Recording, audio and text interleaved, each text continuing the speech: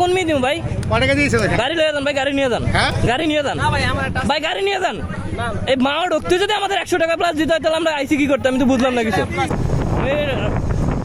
এই প্রথম শুনলাম যে রাস্তার নাকি ইজারা দিতে হয়, সরকার ট্যাক্স মানে সরকার রাস্তা করছে, জনগণকে ইজারা দিতে হবে। এটা কোন কোন দেশি আমি বুঝতেছি, কোন দেশে বসবাস করতেছি ভাই বুঝতেই পারতেছি না।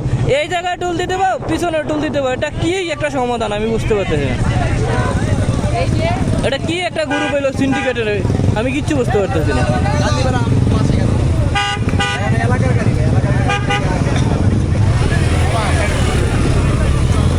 ভাই টাকা কয় মি দিমু, অনেক টাকা কোন মি দিমু ভাই, অনেকে দিয়েছে গাড়ি লয়ে যান ভাই, গাড়ি নিয়ে যান, গাড়ি নিয়ে যান ভাই, গাড়ি নিয়ে যান। এই মাও ঢুকতে যদি আমাদের 100 টাকা প্লাস দিতে হয় তাহলে আমরা আইসি কি করতাম, আমি তো বুঝলাম না কিছু।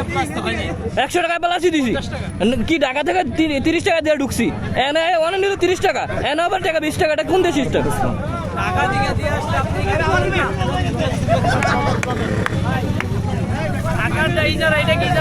ভাই ইজারা কিসের রাস্তার, এইটা নাইলে ঠিক আছে আমরা আগে পরে দিছি, কিন্তু এইটা কিসের?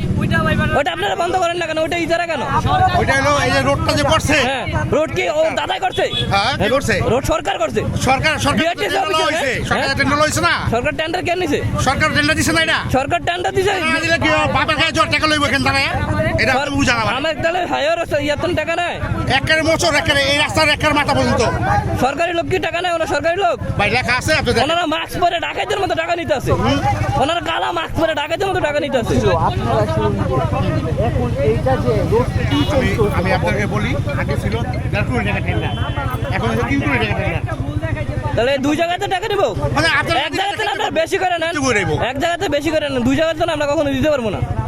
আমরা প্রতি বৃহস্পতিবারে মা ঢুকি 10 টাকা করে আগে নিতাম, দোকান থেকে তো আমরা বাচ্চা আছি ভাই।